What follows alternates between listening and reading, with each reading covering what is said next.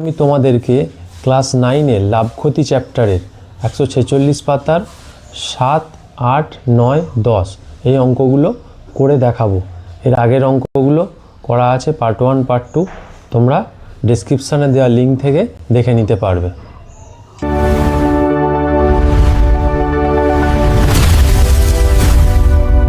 Hello and welcome to you all.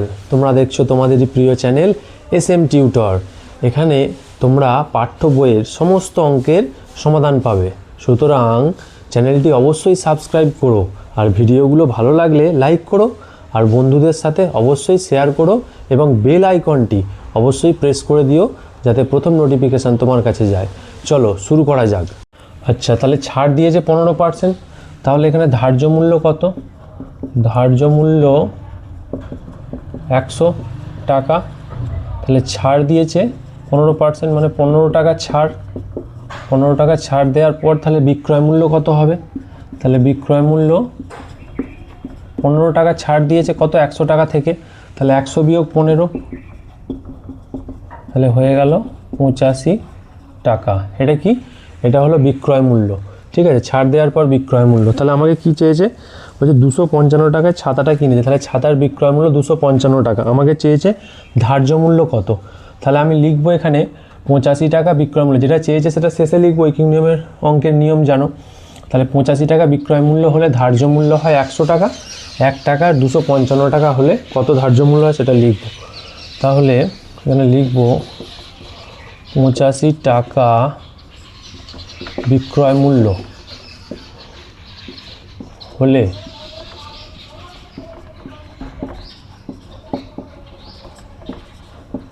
ধার্য মূল্য হয় 100 টাকা। তাহলে 1 টাকা বিক্রয় মূল্য হলে ধার্য মূল্য হয় 100/85। আর এখানে বলে দিয়েছে 255 টাকা বিক্রয় মূল্য হলে ধার্য মূল্য কত হবে? 100 গুণিত 255/85। ওকে, এবার কাটাকাটিটা দেখো।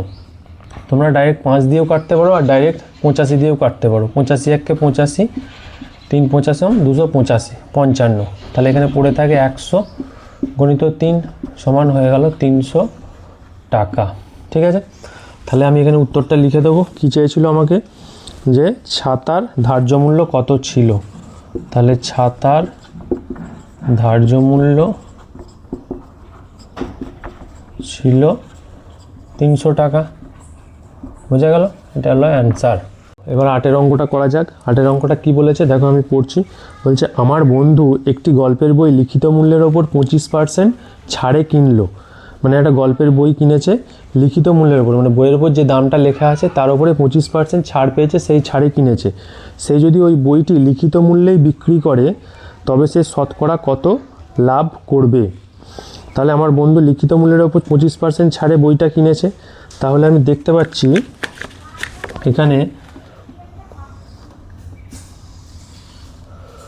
বন্ধু কিনেছে গল্পের বই কত পার্সেন্ট?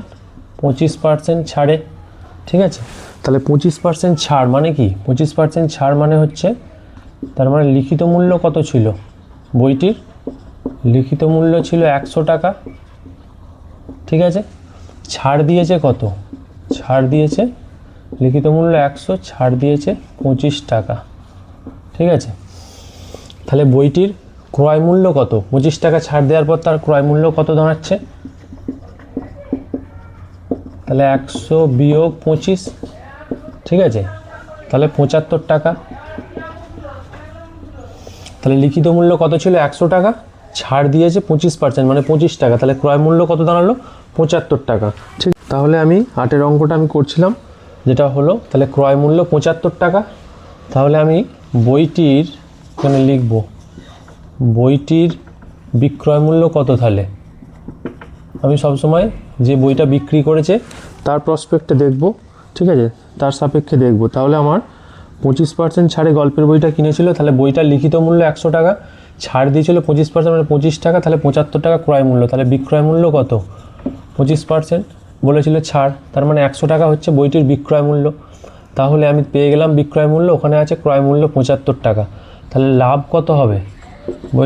বইটা যে বিক্রি করেছে লাভ কত হবে, তাহলে বিক্রয় মূল্য লাভ সমান কি বিক্রয় মূল্য বিয়োগ ক্রয় মূল্য, ঠিক আছে।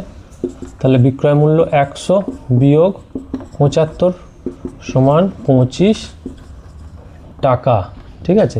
তাহলে 25 টাকা হয়ে গেল আমার লাভ। তাহলে আমাকে চেয়েছে শতকরা লাভ কত, তাহলে শতকরা লাভ সমান 25 বাই লাভ বাই ক্রয় মূল্য। লাভ কত, যদি শতকরা লাভের ফর্মুলাটা কি লাভ বাই ক্রয় মূল্য গণিত 100। তাহলে লাভ এখানে 25 টাকা, ক্রয় মূল্য হচ্ছে 75, গণিত হচ্ছে 100। তাহলে 3 25 75, তাহলে 100/3 সমান 33.13%। এটা হচ্ছে লাভ 33.13। শতকরা কত লাভ করবে 33.13, ঠিক আছে। আর যদি শতকরাটা না লেখো তাহলে 33.13% লিখবে। তাহলে অতএব শতকরা লাভ 33.13, ঠিক আছে। এটা হয়ে গেল উত্তর। চলো দেখে নাও অঙ্কটা। 9 অঙ্কটা শুরু করা যাক। 9 অঙ্কটা কি বলেছে দেখো একবার। নিয়ামত চাচা প্রতিটি 5 টাকা দরে 150টি ডিম কিনেছেন, কিন্তু দোকানে এনে দেখলেন 8টি ডিম ফেটে গেছে এবং 7টি ডিম পচা। প্রতিটি ডিম 6 টাকা দরে বিক্রি করলে নিয়ামত চাচার শতকরা কত লাভ বা ক্ষতি হবে। তাহলে অঙ্কটা আমি বোঝাচ্ছি দেখো। 150টা ডিম কিনেছে 5 টাকা হিসাবে, তাহলে 150টা ডিম প্রথমে এখানে আমি বুঝিয়ে দিই। 150টা ডিম কিনেছে কত 5 টাকা দরে, এটা 5 টাকা। তাহলে টোটাল 150টা ডিমের ক্রয় মূল্য কত, কিনেছে কত 150 গণিত 5, তাহলে 750 টাকা আমি পেয়ে যাব এখানে, ঠিক আছে। এবার কি করেছে, তার মধ্যে অনেকগুলো ডিম পচে গেছে, কতগুলো 7টা এবং পরে 8টা, টোটাল 15টা ডিম পচেছে। তাহলে 150টা টোটাল ডিম ছিল, তার মধ্যে 15টা পচে গেছে, তাহলে 135টা ডিম এখন আছে। এবার এই 135টা ডিম 6 টাকা দরে বিক্রি করেছে, তাহলে 135 টাকাটা ডিম 6 টাকা দরে বিক্রি করেছে। তাহলে এখানে কত টাকায় কিনেছে 150 গণিত 5 মানে 750 টাকা হচ্ছিল ডিমের ক্রয় মূল্য। এখানে বিক্রি করলে 135 গণিত 6, তার মানে এটা হয়ে গেল 810, ঠিক আছে। তাহলে এই 750 আর 810। এবার শতকরা লাভ কত, তাহলে এটা বিক্রয় মূল্য এটা ক্রয় মূল্য, এখান থেকে এটা বিয়োগ দিয়ে দেবো, দিয়ে শতকরা লাভ করে নেবো। চলো অঙ্কটা তাহলে করা যাক, ঠিক আছে। তাহলে অঙ্কটা হচ্ছে 9 অঙ্ক। তাহলে আমি লিখব 150টি ডিমের ক্রয় মূল্য 6 টাকা দরে কিনেছে, তাহলে 150টি ডিমের ক্রয় মূল্য কত 150 গণিত 6, 150 গণিত 5, সরি, তাহলে এটা হবে 750 টাকা হলো। এবার বলেছে 8টি ডিম ফেটে গেছে ও 7টি ডিম পচা, তাহলে পচা ডিম এবং ফেটে যাওয়া ডিম বাদ দিয়ে বাকি ডিমের সংখ্যা কত হবে, তাহলে 150 ছিল, তা থেকে আমার বাদ যাচ্ছে 7 আর 8।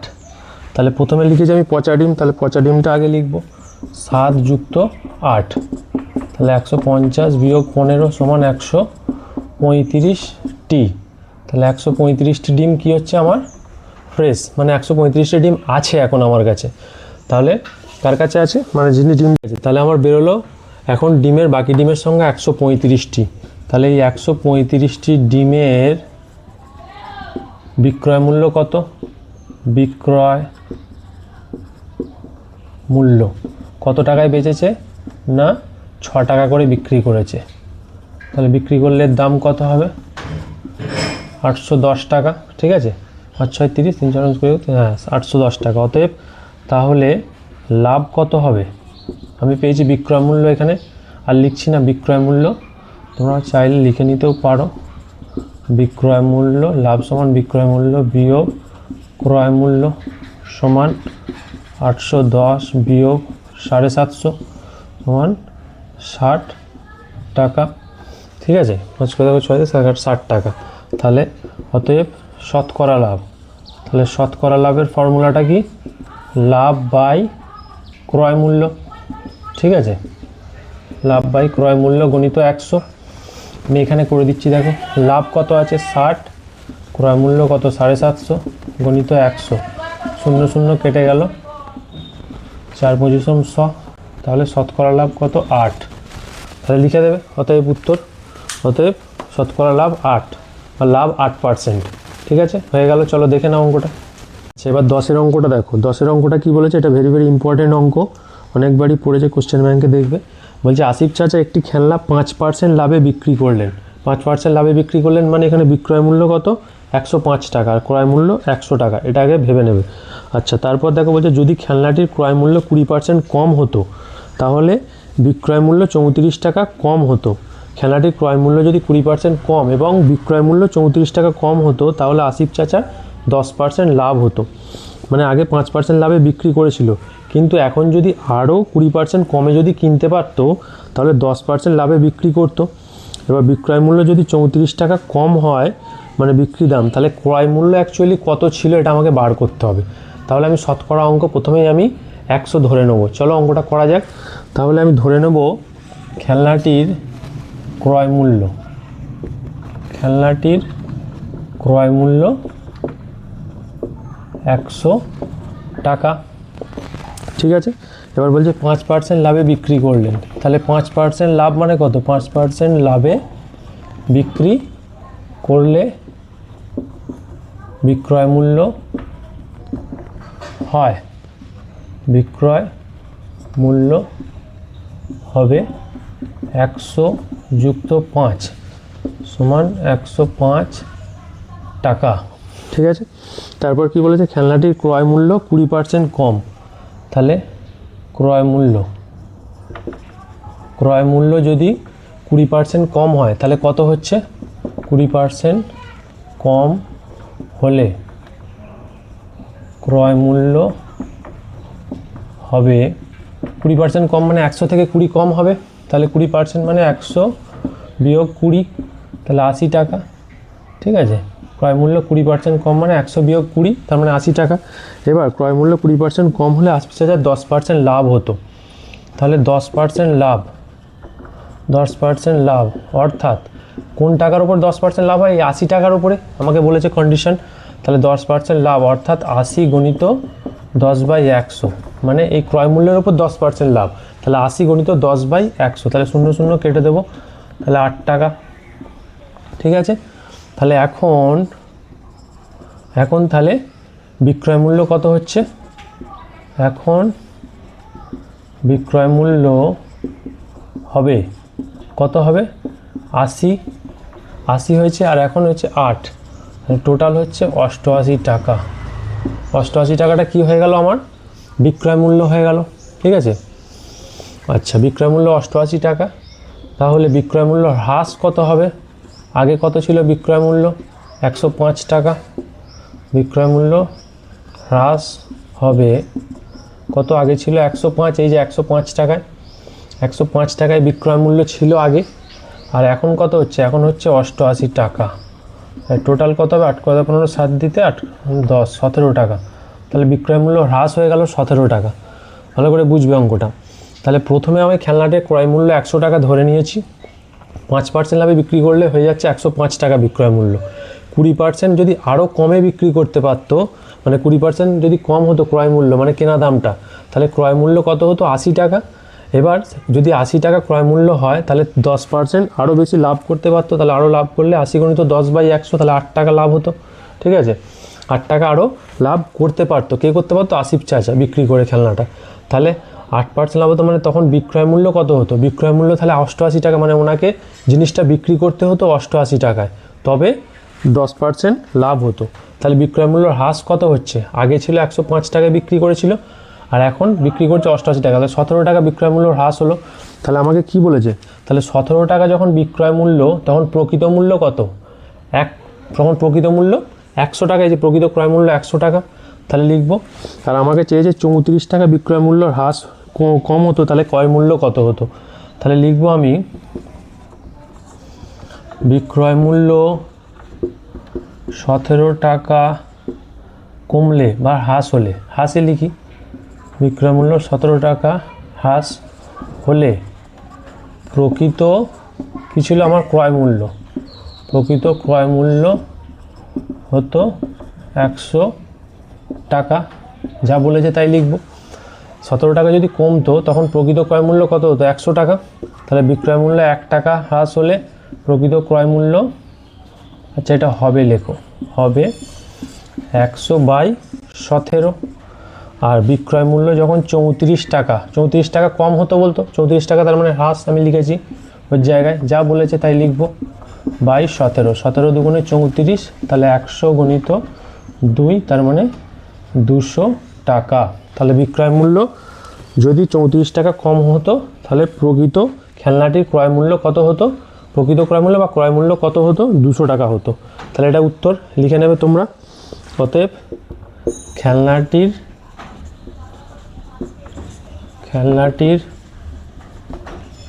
ক্রয় মূল্য 200 টাকা, খেলনাটির ক্রয় মূল্য 200 টাকা।